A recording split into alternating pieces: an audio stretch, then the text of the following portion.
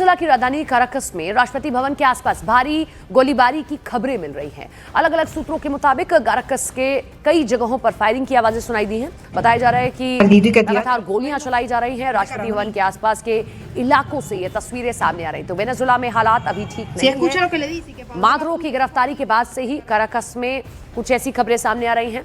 अभी कल ही उप राष्ट्रपति जो थी पहले, वो अब अंतिम राष्ट्रपति बन गई हैं। उनकी ओर से भावुक एक स्पीच दी गई और साफ तौर पर कहा कि वेनेजुएला किसी का गुलाम नहीं बनेगा। इधर ट्रंप लगातार कह रहे हैं कि अब अमेरिकी शासन होगा वेनेजुएला में। लेकिन इन सबके बीच में काराकस में ये गोलीबारी, ये फायरिंग क्या अमेरिका की ओर से कराई जा रही है? क्या हालात ऐसे ही बने रहेंगे? ये देखिए, भगदड़, अफरा तफरी लोगों के बीच देखने को मिली है। निकोलस मादुरो को कल जब कोर्ट में पेश किया गया तब भी उन्होंने बुलंद आवाज में कहा कि मैं अभी भी वहां का राष्ट्रपति हूं। 17 मार्च को मामले की अगली सुनवाई होगी और निकोलस मादुरो ने खुद को अदालत में बेगुनाह भी बताया। लेकिन इन सबके बीच में काराकस की जो जनता है, जो इस इलाके के रहने वाले लोग हैं, उनके लिए परेशानी बढ़ गई है। वेनेजुएला के लोगों के लिए परेशानी बढ़ गई है क्योंकि जो सुप्रीम लीडर है, घर से किसी और देश के लीडर ने उठवा लिया है, गिरफ्तार करवा लिया, अपने देश ले गए। आज वेनेजुएला में हालात स्थिर नहीं है। वेनेजुएला के हालात दुनिया भर के सामने वाकई हैरान कर देने वाले हैं, परेशान कर देने वाले हैं कि कैसे, ये देखिए गोलीबारी की तस्वीरें, ये आवाज़ें, फायरिंग लगातार हो रही है और कहीं और नहीं, राष्ट्रपति भवन के आसपास। वेनेजुएला में मची भारी घमासान के बीच डेल्सी रॉड्रिग्स ने आधिकारिक रूप से अंतरिम राष्ट्रपति पद की शपथ ले ली। उन्हें उनके भाई और नेशनल असेंबली के अध्यक्ष जॉर्ज रॉड्रिग्स ने शपथ दिलाई। डेल्सी ने शपथ ग्रहण के दौरान भावुक होते हुए कहा कि भारी मन से ये जिम्मेदारी संभाल रही हैं। उन्होंने निकोलस मादुरो और उनकी पत्नी सिलिया का देश का असली हीरो करार दिया। डेल्सी ने अमेरिका पर हमला बोलते हुए कहा कि वेनेजुएला अब किसी का गुलाम नहीं बनेगा। तो देखिए, अंतरिम राष्ट्रपति सुप्रीम कोर्ट की ओर से डेल्सी रॉड्रिग्स को बनाया गया। लेकिन इसी तस्वीर में एक और तस्वीर है कि ट्रंप बार बार कह रहे हैं कि डेल्सी रॉड्रिग्स को हमारे अकॉर्डिंग काम करना पड़ेगा, अगर नहीं किया तो फिर इसका अंजाम भुगतने के लिए आप तैयार हो जाइए। पहले ही दिन जब मादुरो की गिरफ्तारी ट्रंप ने करवाई है, तभी से लगातार कह रहे हैं वेनेजुएला में अब किसी का राज होगा तो वो अमेरिका का, अमेरिकी शासन के अकॉर्डिंग ही वेनेजुएला को चलना होगा। लेकिन डेल्सी रॉड्रिग्स कल अपना पद संभालते ही कहीं ना कहीं ट्रंप को चुनौती दे रही हैं, हम किसी के गुलाम नहीं बनने वाले हैं। ये भावुक क्षण है, भारी मन से ये पद मैं स्वीकार करती हूं। न्यूयॉर्क की अदालत में पेश हुए निकोलस मादुरो ने खुद को बेगुनाह बताया। सोमवार को उन्होंने जज के सामने दावा किया कि वो अब भी वेनेजुएला के राष्ट्रपति हैं। मादुरो के वकील ने साफ किया कि वो फिलहाल जमानत की कोई मांग नहीं कर रहे हैं। मादुरो और उनकी पत्नी सिलिया फ्लोरेस जेल की वर्दी और बेड़ियों में नजर आए। दोनों ने नार्को टेररिज्म और ड्रग्स तस्करी के सभी 4 आरोपों को सिरे से खारिज कर दिया। कोर्टरूम में मादुरो काफी आक्रामक दिखे, कहा कि मुझे काराकस में मेरे घर से अगवा किया गया। जज ने कहा कि मामले की अगली सुनवाई अब 17 मार्च को होगी। सुनवाई के बाद दोनों को दोबारा कड़ी सुरक्षा में जेल भेज दिया गया। अमेरिकी सेना ने 3 जनवरी को ऑपरेशन एब्सोल्यूट रिजॉल्व के तहत उन्हें काराकस से पकड़ा था।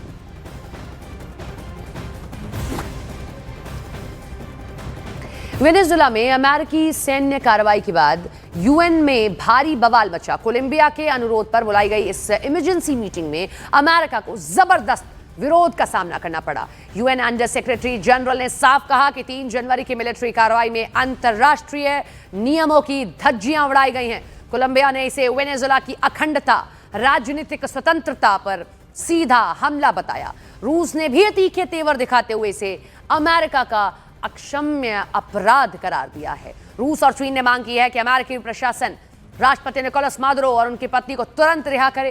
रूस के मुताबिक इस संकट का समाधान केवल कूटनीतिक बातचीत ही हो सकता है। In a statement on social media on Saturday, President Donald Trump announced the conduct of a, I quote, large-scale strike against Venezuela and its leader, President Nicolas Maduro, end quote. During a press conference on Saturday, President Trump stated, and I quote again, "We are going to run the country until such time that we can do a safe, proper, and judicious transition," end quote. The government of Venezuela has characterized the United States' action as a military aggression carried out in civilian and military areas and as a flagrant violation of the Charter, posing a threat to international and regional peace and security. We firmly condemn the U.S. act of armed aggression against Venezuela in breach of all international legal norms.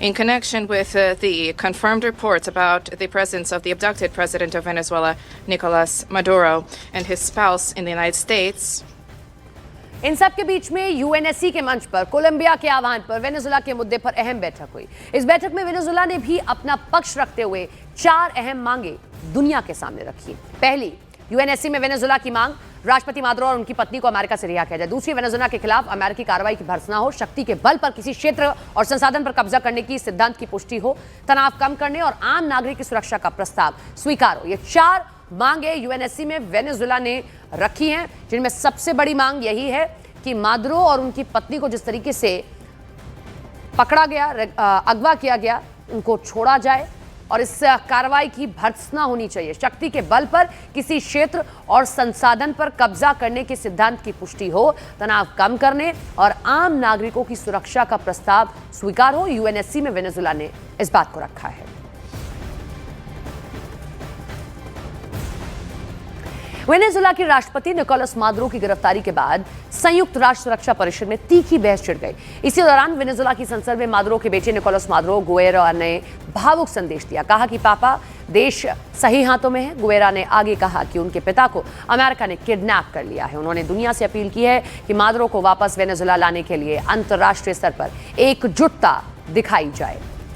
Maduro के जो बेटे हैं, पहली बार उनका बयान सामने आया। बहुत ही भावुक संदेश उन्होंने अपने पिता के नाम दिया। यूएनएससी में कल जिस तरीके से बातचीत हुई, उस दौरान उनकी ओर से कहा गया कि मेरे पिता को जबरन अगवा किया गया है। साथ ही साथ संदेश भी दिया उन्होंने अपने पिता को कि देश सही हाथों में है।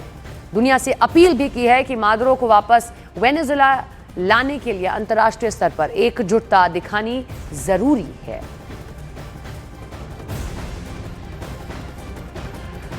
तो नए राष्ट्रपति को कमान मिल गई है, क्या समाधान निकलेगा? लेकिन कल यूएनएससी में रूस ने, चीन ने कड़ा रुख अख्तियार किया है ट्रंप के खिलाफ।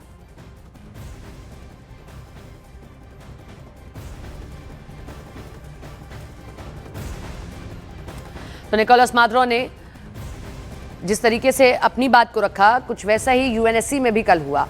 सबसे बड़ी बात, रूस ने पूरा समर्थन दिया और साफ तौर पर कहा कि जिस तरीके से गिरफ्तारी हुई है किसी एक सुप्रीम लीडर की, उसके ही देश से दूसरे देश लाया गया, ये अंतर्राष्ट्रीय कानूनों का उल्लंघन भी है। कोलंबिया के रिक्वेस्ट पर यूएनएससी में ये मीटिंग हुई, इमरजेंसी मीटिंग की गई, जिसमें वेनेजुला की ओर से कहा गया कि जिस तरीके से गिरफ्तारी की गई इसकी भर्त्सना होना जरूरी है। लेकिन अब देखना यह है कि क्या कोई कार्रवाई अमेरिका के खिलाफ हो पाती है या नहीं, क्योंकि ये पहली बार नहीं हुआ है कि अमेरिका ने ऐसी कोई कार्रवाई की है। पहले भी अमेरिका दूसरे किसी देश में जाकर ऐसी कार्रवाई करता रहा है। इन सबके बीच में चीन ने संयुक्त राष्ट्र की इमरजेंसी मीटिंग की डिमांड करके ट्रंप को बहुत बड़ी मुश्किल में डाल दिया है। चीन ने कहा कि निकोलस मादुरो को फौरन रिहा किया जाए। प्रेसिडेंट ट्रंप ने वेनेजुला के बाद कोलंबिया, क्यूबा, मैक्सिको पर भयानक हमले की वार्निंग दी है।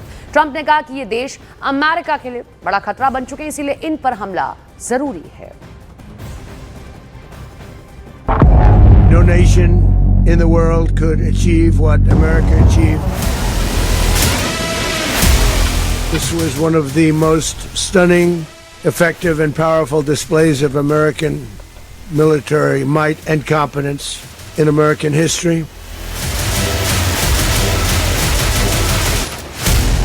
We're in charge.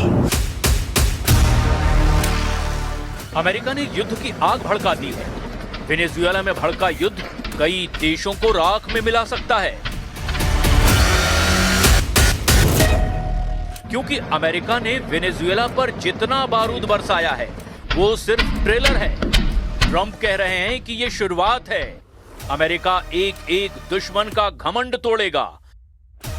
जिसने भी ट्रंप की बात नहीं मानी उसे अब सुपर पावर नहीं छोड़ेगा। ट्रंप की हिट लिस्ट में फिलहाल टॉप 4 देश हैं। लैटिन अमेरिकी देश कोलंबिया, क्यूबा, मैक्सिको और अमेरिका के ही पड़ोसी ग्रीनलैंड पर ट्रंप ने मिलिट्री एक्शन की वार्निंग रिलीज कर दी है। Colombia is very sick too, run by a sick man who likes making cocaine and selling it to the United States.